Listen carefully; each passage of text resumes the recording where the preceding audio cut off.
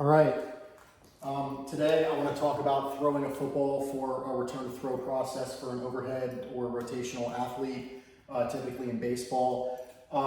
There's 3 reasons as to why I like to throw a football and return to throw before we ever throw anything else. And today I want to cover it. Yet again, this is more of a basic, general understanding video for the parents out there, for the younger athletes out there, or maybe you just simply want to understand what my training looks like here. So first off, I want to talk about the last thing on this list, which is the central nervous system non-threat. So I've made videos like this before, but the central nervous system, all it wants to do is perceive things as threats or non-threats. That's literally all the body and the brain want to do. It's just a mutual relationship in trying to stay alive and or pain-free. So basically what I'm saying is one of the senses, right, is physical touch. So when I physically touch a baseball, what's actually happening, and I've made videos on this, is I have now felt this object. I've had this in my hand for 20 plus years. It has now went up to my brain and said, okay, Anthony's throwing a baseball today. And as it goes back down, it says, whoa, wait a second. One time Anthony threw a baseball and it hurt my arm really, really bad. So it gets tense. So when I go to touch it, it freaks out, right? So basically what I'm trying to say is, let's say you tear your shoulder, even though it's chronic, let's say you tear your shoulder in July. You rehab for 6 weeks, doesn't go well. You get surgery in middle August. You rehab for 4 to 5 months, and next thing you know, you're ready to throw a baseball.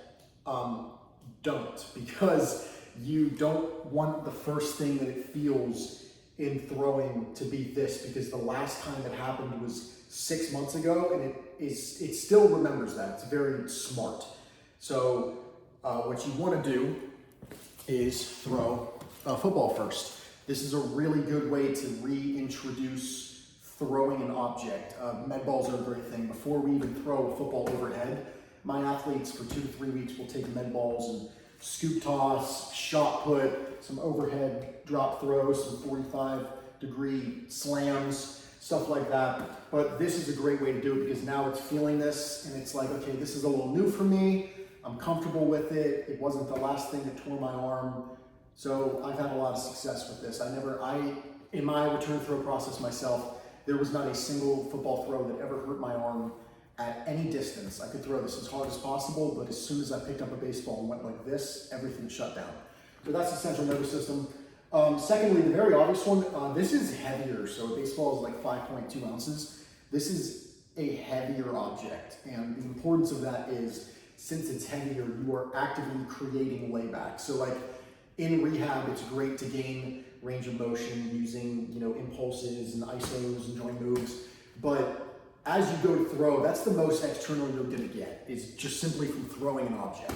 So if you throw a heavier one for 2 to 3 weeks before we even switch to a baseball, you have now created ample range of motion so that throwing a baseball is easy. This is the point. It's just heavier and it just takes you into layback.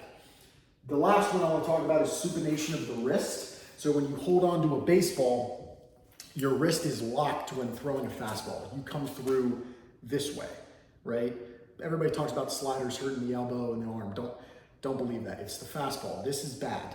So my example is, when your wrist is locked, if I'm gonna do an external rotation lift off against the wall, like let's say I'm facing the wall and my wrist is locked, I can't go back that far. But if I supinate the wrist here, so my thumb's facing that way, I can go back farther.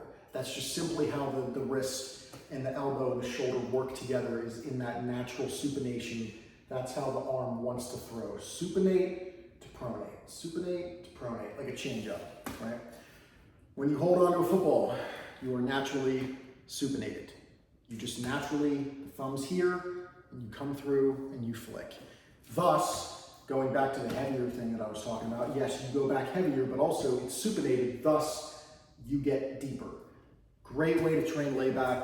Huge fan of this. My athletes will throw this thing before plyos, before anything. This is absolutely what I recommend in a labral return throw process.